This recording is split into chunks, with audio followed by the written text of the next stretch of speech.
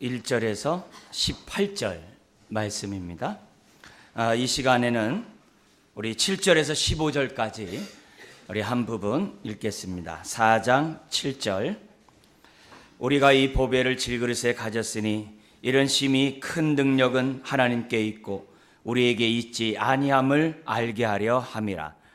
우리가 사방으로 우겨싸움을 당하여도 쌓이지 아니하며 답답한 일을 당하여도 낙심하지 아니하며 박해를 받아도 버림받지 아니하며 거꾸로 뜨림을 당하여도 망하지 아니하고 우리가 항상 예수의 죽음을 몸에 짊어지면 예수의 생명이 또한 우리 몸에 나타나게 하려 함이라. 우리 살아있는 자가 항상 예수를 위하여 죽음에 넘겨짐은 예수의 생명이 또한 우리 죽을 육체에 나타나게 하려 함이라. 그런즉 사망은 우리 안에서 역사하고 생명은 너희 안에서 역사하느니라. 기록된 바 내가 믿었으므로 말하였다 한 것 같이 우리가 같은 믿음의 마음을 가졌으니 우리도 믿었으므로 또한 말하노라. 주 예수를 다시 살리신 이가 예수와 함께 우리도 다시 살리사 너희와 함께 그 앞에 서게 하실 줄을 아노라. 같이요. 이는 모든 것이 너희를 위함이니 많은 사람의 감사로 말미암아 은혜가 더하여 넘쳐서 하나님께 영광을 돌리게 하려 함이라. 아멘. 아멘. 할렐루야. 네, 우리가 2017년 새 영으로 새 마음을 갖고 우리가 새날을 맞이하자 이런 주제로 여러 가지 말씀을 나눴고 또 특별 새벽 집회도 했습니다. 우리가 늘 우리의 마음의 신선도를 주의 은혜 가운데 유지해서 정말 우리들이 2017년 정말 한 해 한 해가 하나님의 복의 통로가 되는 한 해가 되기를 다시 한번 주의 이름으로 축원합니다. 오늘 말씀의 제목은 15절에 있는 말씀에 따라 은혜가 더하여 넘치는 삶이라는 주제로 말씀을 나누려고 합니다. 15절의 말씀 우리 같이 한번 읽어볼까요? 이는 모든 것이 너희를 위함이니 많은 사람의 감사로 말미암아 은혜가 더하여 넘쳐서 하나님께 영광을 돌리게 하려 함이라. 여기 보면 우리 본문은 은혜가 더하여 넘쳐서 하나님께 영광을 돌린다 되어 있지만 다른 번역본에는 어떻게 되면은 은혜가 많은 사람들에게 확장되어서 그 은혜를 받은 사람들마다 감사가 그 속에서 넘쳐서 하나님께 영광을 돌리게 하려 합니다. 이렇게 번역이 되어 있어요. 그러나 우리 성경과 새로운 번역본에 이 차이가 있습니다만 내용은 같습니다. 하나님의 은혜가 있는 곳에는 언제나 감사가 있고 또 하나님은 그 감사를 통해서 영광을 받으신다라는 그 말씀은 같습니다. 성경에 우리가 은혜에 대해서 많이 얘기를 하죠. 그런데 우리가 크게 두 가지로 은혜를 나눌 수 있어요. 하나는 하나님의 불가항력적인 은혜예요. 예기치 않은 은혜예요. 기대하지도 않았는데 우리에게 베푸시는 은혜. 그 은혜로 우리가 죄사함 받고 하나님의 자녀가 되고 후사가 되죠. 그거는 우리가 어떤 선행을 행하거나 어떤 이쁜 행동을 했기 때문에 하나님이 주신 은혜가 아니죠. 창세전부터 하나님의 선택 가운데 우리들에게 때에 따라 주시는 하나님의 은혜입니다. 근데 또 하나의 은혜가 있어요. 그 은혜는 뭐냐면은 우리가 첫사랑으로 받은 이 은혜가 되는 은혜예요. 좀 말이 좀 복잡합니다만 우리가 은혜를 받았음에도 불구하고 그 은혜를 너무 소중하게 여기고 귀하게 여기고 살아가는 사람이 있는 반면에 그 은혜의 소중함을 망각하고 어떻게 보면 또 심하게 얘기하면은 그 은혜를 갖다가 이렇게 값싼 은혜로 치부하고 또다시 세상의 가치관을 가지고 옛사람에 의해서 살아가는 육에 속한 그리스도인도 있다는 거죠. 그런데 하나님의 은혜는 우리가 받은 바 이 은혜가 그냥 사장되고 끝나버리는 것이 아니라 그 은혜가 되도록 하나님께서 배후에서 은혜를 베푸신다는 거예요. 그래서 그런 의미에서 우리가 은혜를 생각하는 데 있어서 그러니까 시작도 은혜고 우리가 진행하는 것도 은혜고 끝도 은혜라는 것을 성경 우리들에게 가르쳐주고 있어요. 이 비슷한 원리가 쉼, 안식이라는 그 말씀과도 우리가 이 말씀을 통해서 이해할 수 있어요. 마태복음 11장 28절 이하에 보면 어떤 말씀이 있냐면 수고하고 짐진 자들아 다 내게로 오라 내가 너희를 뭐하게 해준다고 그래요? 쉬게 하리라 그랬어요.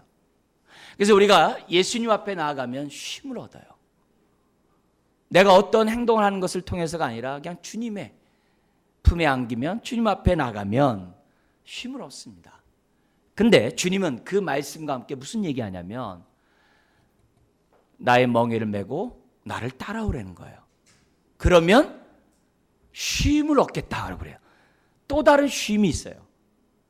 예수 앞에 나가서 얻는 쉼이 있는 반면에 예수님 뭐라 하냐면 나와 함께 멍에를 메고 우리 각자의 이제 십자가겠죠. 십자가를 메고 주님을 따라가면 쉼이 있다는 거예요. 근데 성경 그것을 진정한 쉼이라고 얘기하거든요. 은혜도 마찬가지예요. 우리가 예기치 않은 불강력적인 하나님의 은혜 가운데 자녀가 되는 은혜를 입었어요. 근데 이 은혜가 은혜되려면 어떻게 돼요? 저와 여러분들 어떻게 돼요? 은혜에 합당한 삶을 살아야만 한다는 거예요. 그럴 때 은혜가 은혜다운 거예요. 오늘 성경은 우리가 어떻게 하면은 은혜에 합당한 삶을 사는가, 은혜가 더하여 넘치는 삶을 살아감으로 하나님께 영광을 돌릴 수 있는가. 사실 그런 삶이 복된 삶이거든요. 어떻게 할 수 있는가? 어떻게 살아야 은혜가 넘치는, 은혜가 더하여 넘치는 삶을 살아갈 수 있는가? 오늘 이 4장은 우리들에게 매우 귀중한 원리를 우리들에게 가르쳐 줍니다. 그래서 이 원리를 통해서 우리들이 이와 같은 삶을 살고 그렇게 함으로써 내 안에서 은혜가 되는, 정말 나를 통해서 하나님의 영광이 드러나는, 정말 우리의 삶이 복된 그런 삶을 살기를 주의 이름으로 축원합니다. 첫 번째는 어떻게 해야 하나님께 영광을 돌리는, 영광을 드러내는 은혜에 합당한 정말 은혜다운 삶을 살아갈 수 있는가. 첫 번째는 바른 진리 선포, 바른 복음을 선포하는 바른 진리 선포와 함께 거기에 걸맞는 삶을 살아야 한다는 거예요. 열매를 보아 나무를 안다고 그랬죠. 그죠? 열매를 보아 나무를 안다 그랬어요. 행함이 있어야 그 믿음이 참된 믿음이라는 것을 우리가 알죠. 우리가 세상으로부터 많은 욕을 먹고 있어요. 한국교회가 많이 먹어요. 요즘에 많은 매스컴을 통해서 막 알려지기 때문에 욕을 먹어요. 왜 욕 먹습니까? 교회가 교회답지 못하다 이게. 그래서 욕을 먹는 거예요. 뭐 억울한 면이 있다 하더라도 욕 먹는 것에 대해서 우리가 뭐라고 하면 안 되죠. 우리가 그만큼 각성하고 은혜에 걸맞는 삶을 살지 않았기 때문에, 그렇기 때문에 하나님, 내가 나에게 주신 이 은혜가 정말 그대로 드러날 수 있도록 은혜에 합당한 삶을 살게 달라고, 오히려 저나 여러분들은 하나님 앞에 다시 한번 각성하고 기도하고 마음을 다듬어야 하는 것이 우리의 태도가 아닌가 생각해요. 자, 그런 가운데 5절에 보면 바른 진리 선포와 함께 거기에 걸맞는 삶을 바울이 이렇게 표현했어요. 5절 같이 한번 읽겠습니다.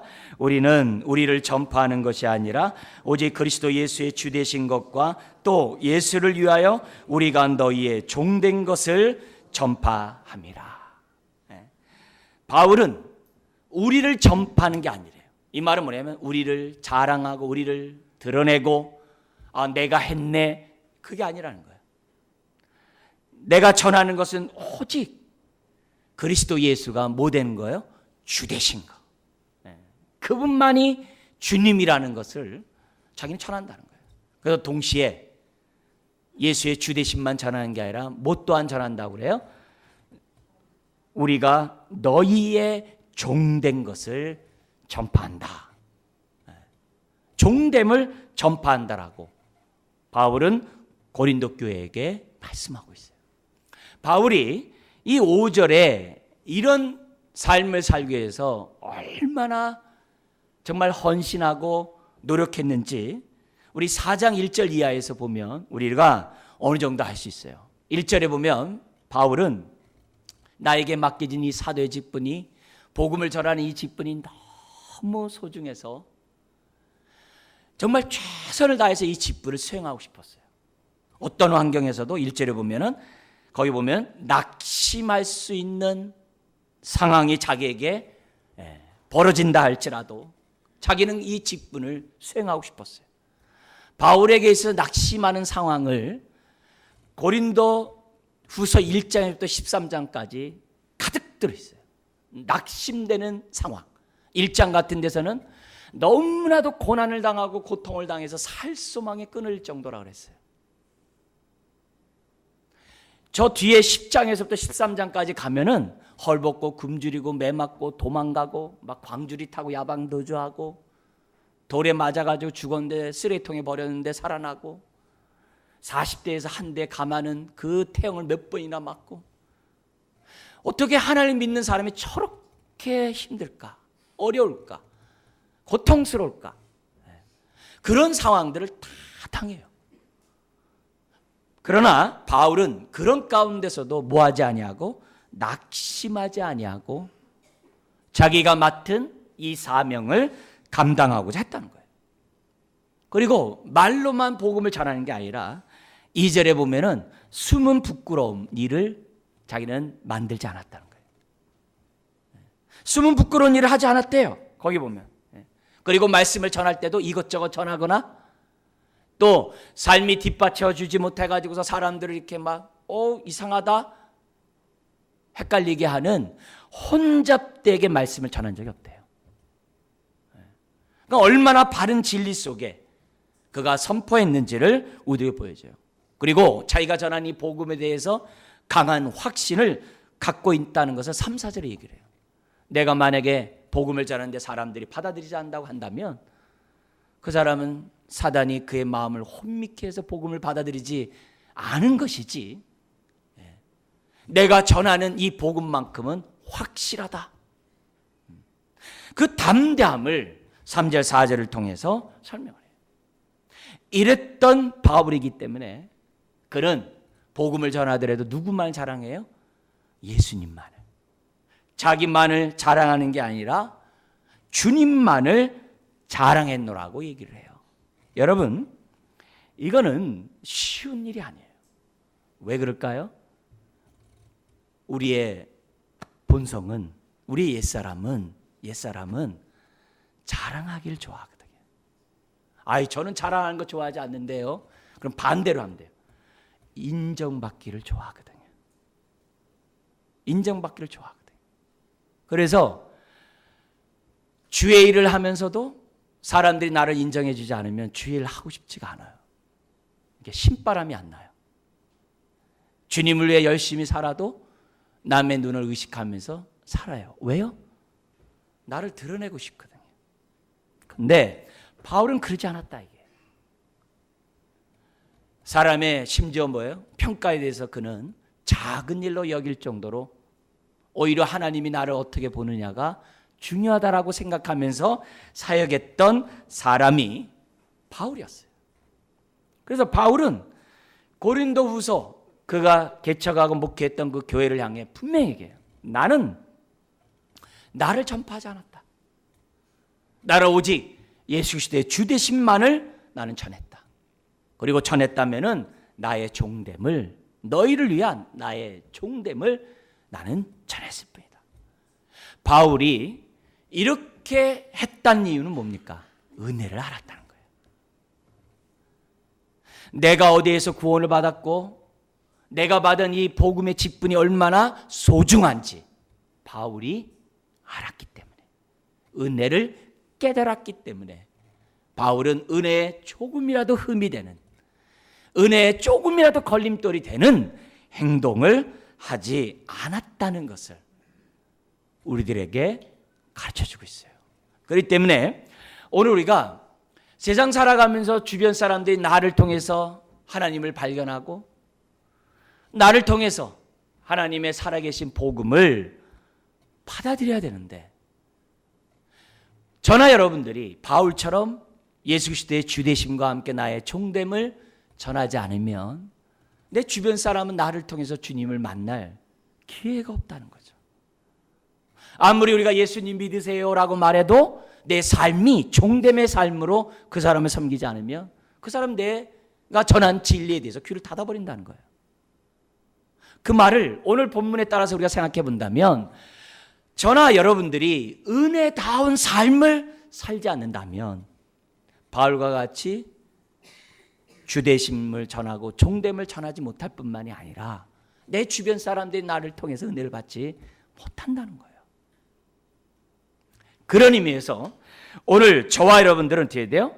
사도 바울처럼 내가 받은 이 은혜를 제대로 깨달아야 돼요. 우리가 먼 데는 우리가 좀 이 다양한 얘기는 그만두고요. 바로 앞에 한 장 넘기면 3장이 나와요. 3장을 보면 바울이 은혜를 제대로 깨달았다는 것을 두 가지 측면에서 보여줘요. 하나는 1절부터 11절에 나와 있는 말씀인데요. 이 말씀을 이 말씀 뭐냐면 바울이 자신이 받은 이 복음을 전하는 이 사명의 이 직분의 소중함이 얼마나 큰지 모세의 직분보다 더 영광스럽대요. 모세의 직분을 뭐라고 그러냐면은 여기 8절 9절 이런 절에서 뭐라고 그러냐면 정죄 직분이래요. 왜냐하면 율법을 전했기 때문에 율법은 죄 아래 가두는 정죄 직분이잖아요. 그러니까 모세가 전한 그 직분은 정죄 직분인데 그 직분보다 내가 너에게 전한 이 복음의 직분은 어떤 직분이냐면 죄 아래 있는 자들을 의롭게 하는 직분이잖아요. 의의 직분이기 때문에 모세보다 더 영광스럽다는 거예요. 이 얘기는 모세보다 뛰어나다고 자랑하려는 게 아니라 자기가 받은 이 복음의 직분이 그만큼 귀하다는 것을 표현하는 거예요. 목사인 저 자신도 마찬가지예요. 목사인 저의 직분이 소중함을 깨닫는 만큼 은혜에 걸맞는 삶을 살죠. 여러분도 마찬가지입니다. 여러분이 교회에서 직분을 받아요.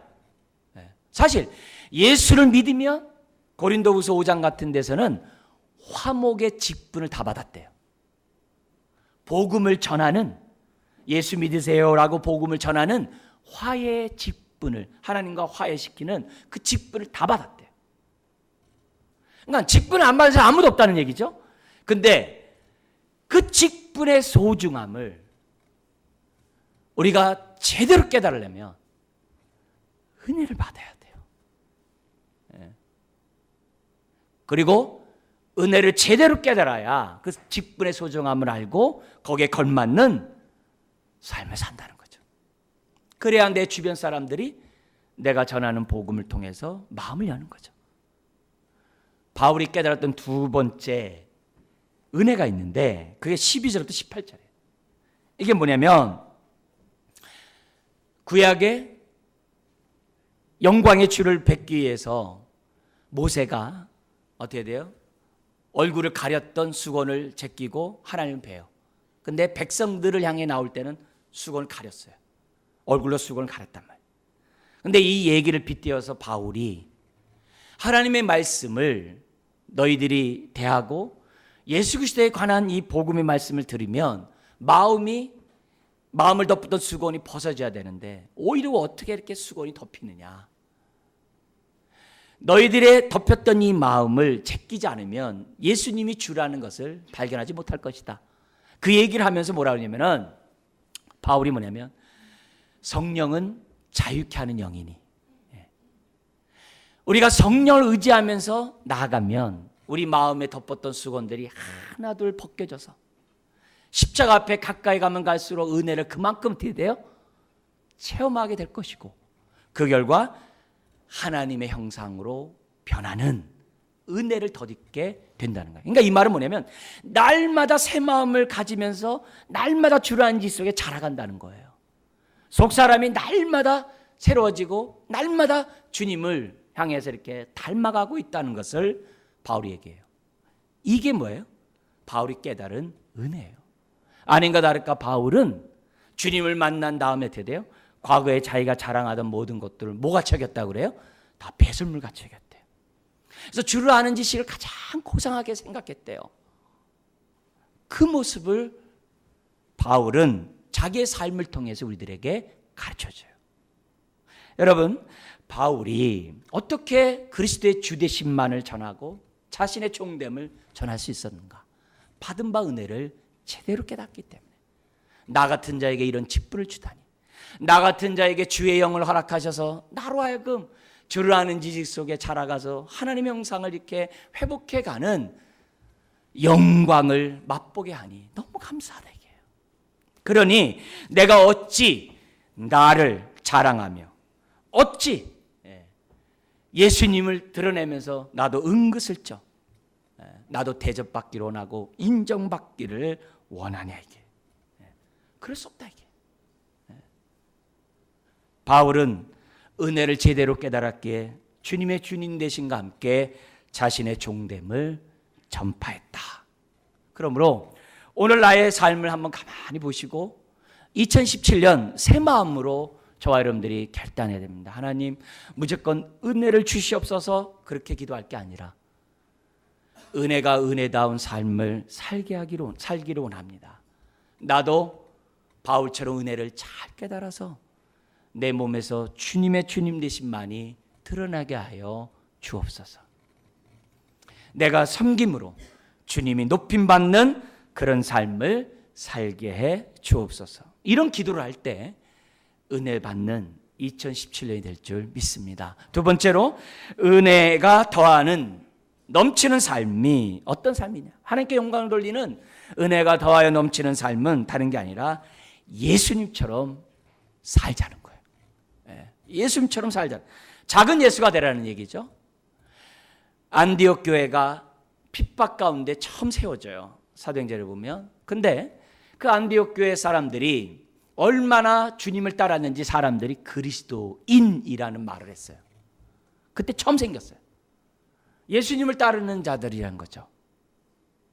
오늘 바울이 우리에게 보여준 것이 뭐냐면, 바울은 정말 주님 닮기 원했어요. 주님처럼 살기 원했어요.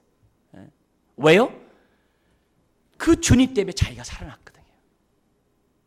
그래서 바울은 자기 역시 주님처럼 자기가 살면 사람들을 구원할 줄, 살릴 줄 믿었던 거예요. 그러니까 자기가 작은 예수가 되기를 원했던 거죠.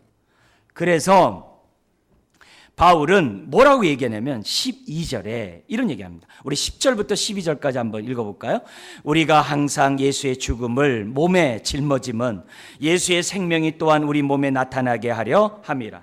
우리 살아있는 자가 항상 예수를 위하여 죽음에 넘겨짐은 예수의 생명이 또한 우리 죽을 육체에 나타나게 하려 함이라. 그런즉 사망은 우리 안에서 역사하고 생명은 너희 안에서 역사하느니라.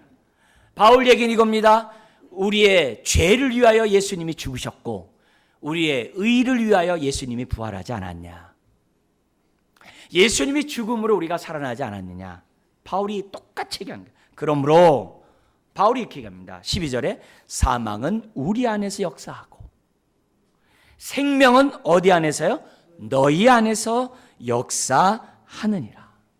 그러니까 바울은 예수님처럼 죽지 않으면 사람이 구원받지 못한다는 것을 알고 있었어요. 그래서 바울은 사망은 나에게, 생명은 너에게, 그렇게 살았어요. 바울이 이렇게 살았던 것은 뭐예요? 십자가와 부활의 은혜를 제대로 깨달았기 때문이죠. 제대로 깨달았기 때문에 바울이 이렇게 살았고, 바울을 통해 사람들이 구원 얻은 거죠. 바울이 이렇게 살 수 있었던 것은 다른 게 아니에요. 7절을 보면 주님과 자기와의 관계가 확실했어요. 분명했어요. 7절에 보면 이렇게 되어 있어요. 자기를 질그릇이라 보고 예수님을 뭐라 그래요? 보배로 봤어요. 그래서 7절 같이 한번 읽어볼까요? 우리가 이 보배를 질그릇에 가졌으니 이는 심히 큰 능력은 하나님께 있고 우리에게 있지 아니함을 알게 하려 함이라. 여러분, 바울은 자신의 능력이 자기에게 있는 게 아니라 주님께 있다는 것을 알았어요. 자기는 질그릇에 불과하다는 것을 바울은 알았어요. 여러분, 바울은 사람들이 바울의 그림자만 자기를 지나가도 병이 난다고 생각해서 그 옆에 섰다가 병이 낫고 그래요. 그 정도로 바울은 아주 능력이 많은 사람이었어요. 바울을 통해서 얼마나 많은 사람들이 구원을 체험하고 신유를 체험하고 더러운 귀신 들린 자들이 자유케 되고, 에베소 교회 같은 데는요, 그 도시 전체에 부적 장사가 안 됐어요. 우상을 파는 그 장사가 안 됐어요. 점치는 게 안 됐어요. 그만큼 능력 있는 사람이었어요. 그런데 자기는 뭐라 그래요? 질그릇에 불과하대요. 이런 능력을 나타냈던 분은 보배이신 주님이라고 얘기를 해요. 자, 근데 이 진리는, 자기는 질그릇에 불과하다는 이 진리는 예수 믿기 전에는 잘 발견하기 어려워요. 잘 어려워요. 왠지 모르게 센 척합니다. 왠지 모르게 잘난 척하고요, 똑똑한 척하고요, 멋있는 척합니다. 그게 죄성이에요. 그래서 사람들은 자신의 약함을 감추기 위해서 어떻게 돼요? 완벽주의로 탈바꿈합니다. 그래서 세상 살아가는 데 있어서 완벽주의는 성공하는데, 승진하는데, 사람들의, 주변 사람들의 칭찬을 듣는데 어느 정도 유익해요. 그러나 그 심령은 평안이 없죠. 완벽주의로 자기의 약점을 감추면 감출수록 그 심령은 평안을 잃어버리죠. 이게 인간이에요. 근데 우리가 하나님의 은혜를 받고 보면 내가 질그릇인 것을 알아요. 내가 연약한 그릇이라는 것을 깨달아요. 이게 놀라운 거죠. 이게 놀라운 거죠. 근데 이걸 제대로 깨닫지 않으면 어떻게 돼요? 주의를 하면서도 하나님이 나를 통해 일하셨다고 그래요. 뭘 하면서 어떻게 돼요? 하나님이 나를 통해 하나님이 영광 받으셨다고 그래요. 은혜를 제대로 받지 못하니까. 그래서 주의 일을 하면서도 자기가 어떻게 돼요? 인정받기를 원하는 죄성이 다시 살아나요. 근데 은혜를 제대로 받지 못했기 때문에 옛사람이 활기쳐도 잘 몰라요. 깨닫지를 못해요. 그러나 분명한 저와 여러분들이 깨달을 것은 뭐냐면, 은혜를 제대로 받으면 자기가 질그릇이라는 것을 잊지를 못해요. 근데 은혜를 또 제대로 받으면 한 가지 더 나가요. 한 단계 더 나가요. 자신의 약함만 깨달을 뿐만 아니라 예수님이 강한 분이라는 사실을 알게 돼요. 나는 약하나 주는 강하다는 사실을 알게 돼요. 근데 주는 강하다는 사실을 깨닫는 사람이 많지 않아요. 그 증거가 뭐냐면, 기도할 때 자기의 능력 밖의 일을 기도 안 해요. 자기가 합리적으로 가능한 것만 기도해요. 자기가 합리적으로 할 수 있는 것만 도와달라고 기도를 해요. 왜 그래요? 예수님이 강하다는 것을 못 믿기 때문에. 그러니까 은혜를 발목만 받으면 안 돼요. 무릎까지 받아도 안 돼요. 허리까지 받아도 안 되고 완전히 잠겨야 돼요. 우리가 새 영으로 새 마음을 갖자고 정말 우리가 뜻을 정하고 기도해요. 왜요? 우리 신앙이 깔짝깔짝하는 게 아니라 우리가 정말 은혜 가운데 거할 수 있도록 하나님 도와달라고. 다시 한번, 왜? 그것이 핵심이니까. 그래서 우리가 깨달을 때 나의 약함만 깨달은 것이 아니라 내 안에 있는 주님이 강하다는 것을 깨달을 수 있도록 은혜를 달라고 기도하는 거예요. 여러분, 그래서 바울이 그렇게 낙심되는 일을 많이 만나도 자기와 함께하는 주님이 강함을 알았기 때문에 그 주님께 모든 걸 의탁을 해요. 그래서 살수만까지 끊어진 나였지만 과거에 나를 건지셨던 그 주님이 지금도 나를 살리실 것이고 건질 것이고 앞으로도 건질 것을 나는 확신하노라. 고린도서 1장에 얘기하거든요. 여러분, 주님의 강함을 깨닫는 은혜가 있기를 주의 이름을 축원합니다. 그래야 기도를 하고 그래야 내 인생을 맡기죠. 왜 신앙생활하면서 막 탓하고 욕하고 막 원망하고 왜 그래요? 또 반대로 왜 낙심을 해요? 그게 아니라는 거죠. 여기 8절 9절에 우리가 사방으로 우겨싸임을 당하여도 뭐하지 아니하며 쌓이지 아니하며 답답한 일을 당하여도 뭐하지 아니하며 낙심하지 아니하며 박해를 받아도 뭐하지 아니하며 버림받지 않아요. 하나님이 절대 버리지 않아요. 거꾸로 됨을 당하여도 뭐하지 않고요, 망하지 않아요. 아무리 파산하고 아무리 내 인생 다 끝났어, 내가 의지하는 것들이 이제 다 없어, 그렇다 할지라도 어떻게 돼요? 망하지 않아요. 왜요? 주님과의 관계가 확실하니까. 자기 안에 계시는 주님이 강하다는 것을 깨달았기 때문에. 자, 근데 은혜를 더 깨달으면요, 자기 약함을 알고 또 주님의 강함에서만 끝나는 게 아니라 한 단계 더 나가요. 그게 뭘까요? 그게 뭐예요? 주님보다 강한 게 더 뭐 있겠어요? 그게 뭐냐면 나는 약하나 예수 안에 있으면 나는 강하다. 그걸 깨달아요. 나는 약하지만 강한 예수님과 붙어 있으면 나는 강한 자가 된다고 하는, 자기 자랑이 아니에요. 강한 자가 된다고 하는 그 깨달음을 갖게 돼요. 그게 은혜를 제대로 받은 사람이고, 그 사람이 뭐 하는 사람이에요? 여기 있는 것처럼 12절인 것처럼 사망은 나에게, 생명은 너에게, 그런 삶을 살아갈 수 있다는 거예요. 바울이 사망은 나에게 생명은 너에게 할 수 있었던 것은 그가 은혜를 제대로 깨달았기 때문에 그래요. 그의 마음이 새 마음이기 때문에 그래요. 그의 속사람이 강하기 때문에 그래요. 그러면 바울이 이렇게 갖게 된 그 원동력이 뭐냐? 그 지식이 도대체 뭐길래, 어떤 믿음이기에 이렇게 사망은 나에게 생명은 너에게라고 말하는가? 그게 13절 14절에 있어요. 같이 한번 읽어볼까요?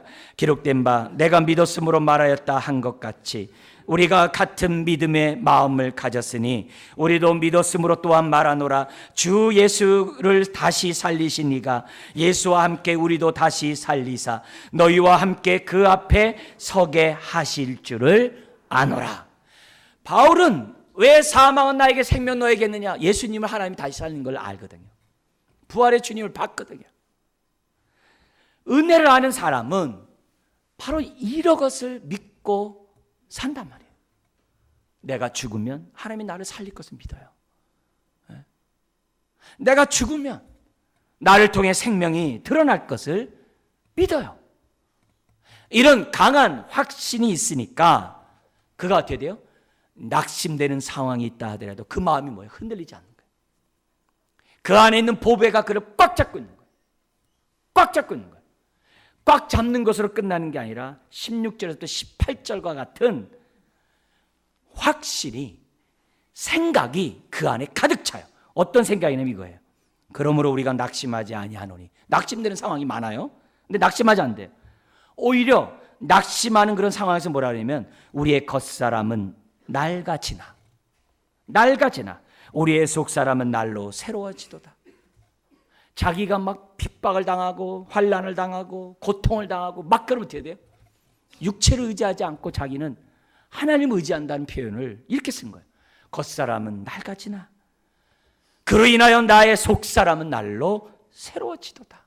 이게 얼마나 주님과의 관계가 확실하면 이런 표현을 쓰겠어요? 그리고 심지어 뭐라고 그러냐면 17절에 우리가 잠시 받는 환난이 뭐라고 그래요? 경한 것, 가벼운 거래요. 반면에 지극히 크고 영원한 영광을 갖다 어떻게 표현해요? 중한 것을, 중하대요. 우리에게 이루게 함이니. 그러니까 바울은 그런 가운데서도 영안이 열려서 육체만 보는 게 아니라 영적인 것을 보는 거예요. 환난 일시적이고 경한 거야. 이것 때문에 나는 하나님의 영광 가운데 살아가는 자가 되고, 그러면 그럴수록 하나님의 영광이 더욱더 드러나. 영광을 위한 거라면 나 겉사람 낡아지는 거 아멘. 환난에 이런 거 그거 잠깐이야. 그렇게 생각한다. 그러면서 18절에 우리가 주목하는 것은 보이는 것이 아니요 보이지 않는 것이니 보이는 것은 잠깐이요 보이지 않는 것은 영원함이라. 은혜를 알면 영적인 것이 보이는 거예요. 은혜를 제대로 받지 않으면 육적인 것만 보이는 거예요. 바울은 하나님과의 바른 관계 속에서 은혜를 받다 보니까 지금 속사람은 날로 새로워지게 되고 많은 낙심되는 상황에서도 뭐 하는 거예요? 우겨싸이지 않을 뿐만 아니라 사망은 나에게 생명은 너에게라고 외쳤던 거죠. 여러분, 은혜가 내 안에 머무는 삶은 바울과 같은 삶이에요. 내가 복의 통로가 되는 것은 바울 같은 삶이에요. 그러면 이렇게 생각해. 이렇게 살 사람이 어디 있냐고. 여러분, 바울이 믿은 것을 우리가 믿었어요. 바울이 영접한 주님을 우리가 영접했어요. 바울 안에 계신 보배가 우리 안에 계세요. 똑같다는 거예요. 똑같다는 거예요. 그렇기 때문에 오늘 우리가 신년을 맞이해서 새 마음으로 2017년을 우리가 살아가기 원하는 저와 여러분들, 주여 내가 은혜가 은혜되는 삶 살게 해주십시오. 하나님의 은혜가 내 안에 머물 뿐만 아니라 넘쳐나는 삶 살게 해주십시오. 그래서 내가 받은 은혜가 어떤 것인지 정확히 깨닫고 주님과 나와의 관계가 질그릇과 보배임을 확실히 깨닫고 내가 살아갈 수 있도록 하나님 도와주시고 2017년 새날 되게 하여 주옵소서. 여러분, 우리가 어떤 직분을 받으면 그 직분에서 최선을 다해야 되죠. 구원을 받으면 구원을 이뤄가야 돼요. 믿음을 가지면 믿음에 합당한 삶을 살아야 돼요. 똑같아요. 성경은 항상 그래요. 자유를 주시면 죄사함의 자유를 주면 어떻게 돼요? 죄와 싸워야 돼요. 그게 뭐예요? 성경의 원리거든요. 우리에게 은혜를 베풀면 어떻게 돼요? 은혜에 걸맞는 삶을 살아야 돼요. 결혼하면 행복한 가정을 이루기 위해서 사람들이 헌신하잖아요. 똑같은 거거든요. 우리가 직분을 받으면 그 직분이 어떻게 돼요? 그 직분을 통해 하나님의 영광이 드러나도록 예수의 주되심만이 아니라 종됨을 전하고 사망은 나에게 생명은 너에게 하면서 직분을 감당해야죠. 우리 순장 되신 분들, 우리 또 말씀을 나누는 우리 인도하는 분들, 이 마음과 이 삶을 갖지 않으면 말씀을 나눌 수가 없는 거죠. 생명의 역사가 나타날 수가 없는 거죠. 마지막 세 번째로 하나님께 영광을 돌리는 은혜가 더하여 넘치는 삶이 뭐냐? 내 삶에 감사가 넘쳐나야 한다는 거예요. 그게 15절이에요. 같이 한번 읽겠습니다. 이런 모든 것이 너희를 위함이니 많은 사람의 감사로 말미암아 은혜가 더하여 넘쳐서 하나님께 영광을 돌리게 하려 함이라. 여러분, 감사는 은혜가 넘칠 때 가능해요. 은혜가 메마르면 감사가 없어요. 그래서 내 입에서 감사가 없다? 은혜가 떨어졌다는 거예요. 2016년을 바라보면서 감사가 없다? 은혜가 없는 거예요. 은혜에 합당한 삶을 못 산 거예요. 여러분, 은혜가 있는 곳에 뭐가 있다고요? 감사가 넘쳐나요. 은혜가 있는 곳엔 반드시 감사로 표현되게 돼 있어요. 막 힘들고 어려운데도 감사합니다. 내가 이것을 감당할 수 있는 사람에게 맡겼군요. 어려운데 감사합니다. 내가 아니면 누가 감당하겠습니까? 감사합니다. 감당할 만하니까 주셨겠죠. 심지어 뭐예요? 시험도 감당치 못할 시험 주지 않는다 그랬거든요. 감당하지 못하면 피할 게 준다 그랬거든요. 그러니까 신앙생활하면서 항상 이 감사, 여러분의 삶에 메마르지 않기를 주의 이름으로 축원합니다. 솟아나는 샘물이 우리 안에 있다고 그랬어요. 예수 그리스도를 믿으면, 주님과 관계가 올바르면 내가 너에게 주는 물은 정말 메마르지 않는 솟아나는 샘물이라고 그랬어요, 주님이. 그렇다면 은혜 가운데 살게 되면요, 은혜가 자꾸 그렇게 솟아나게 돼 있어요. 성령님이 가만 안 놔둬요. 그래서 은혜의 강물이 발목만이 아니라 무릎만이 아니라 허리만이 아니라 완전히 잠기고 오네요. 그리고 성경에 우리 에스겔 47장에 뭐라 그래요? 그 은혜의 강물이 가는 곳마다 뭐가 살아난다고 그래요? 생명이 살아난다고 그러잖아요. 그리고 뭐가 있다고 그래요? 치유가 나타난다고 그러죠. 또 뭐가 나타나는데? 열매가 1년에 한 번 맺는 게 아니라 12달 맺는데요. 열매가 다달이 맺어진다는 거예요. 다달이. 뭐 하면요? 은혜의 강물이 미치는 곳에. 그러면 은혜의 강물이 어떻게 흘러가요? 감사를 통해. 여러분, 여러분의 가정에 은혜의 강물이 넘치기 원합니까? 감사하십시오. 그러면 은혜가 더 솟아나요. 아이, 목사님, 환경을 보고 여건을 보면 감사할 게 없는데 무슨 감사예요? 육신의 눈으로 보이는 것으로 보는 게 우리가 아니에요. 그런 가운데서도 하나님이 함께하는 것을 보는 게 우리예요. 그런 가운데서도 함께 하셨기에 오늘 내가 호흡할 수 있다는 게 얼마나 감사해요. 하루를 또 살아갈 수 있는 기대가 있다는 게 얼마나 감사해요. 여러분, 나와 함께는 주님이 안 보이기 때문에 감사가 없는 거거든요. 주님 보이면요, 감사가 있어요. 감사할수록 집의 은혜의 강물이 나를 통해서 자꾸 흘러가는 거예요. 그래서 내 가정이 막 짜증내고 막 원망하고 막 신경질 내보세요. 있던 은혜까지도 메말라 버리게 돼 있어요. 그게 아니라 자꾸 감사하면 은혜의 강물이 나를 통해서 내 말을 듣는 사람들이 자꾸 그 마음에 은혜가 전달되죠. 그럼 은혜가 전달되면 15절처럼 어떻게 돼요? 많은 사람의 감사로 말미암아. 근데 감사로 말미암아 은혜가 더하여 넘쳐서. 이 말은 뭐예요? 나를 통해서 은혜를 받다 보면 그 사람이 돼요. 감사합니다. 그럴 거 아니에요. 그러면 어떻게 돼요? 덩달아 또 나도 또 어떻게 돼요? 내가 도구가 되니 또 감사하잖아요. 그럼 누가 영광 받으세요? 15절에 있는 것처럼 하나님이 영광을 받으신다는 거예요. 이런 새해, 이것이 바로 은혜를 아는 삶이요, 은혜가 되는 삶이고 복의 통로가 되는 삶인 줄 믿습니다. 사랑하는 성도 여러분, 2017년 내가 선택해야 돼요. 하나님이 나에게 은혜를 주셨어요. 그렇다면 그 은혜를 값싸게 치부할 것이냐, 은혜를 붙잡고 매달릴 것이냐, 은혜가 나를 통해 나타날 것이냐, 아니면 옛사람은 돌아설 거냐, 선택을 해야 돼요.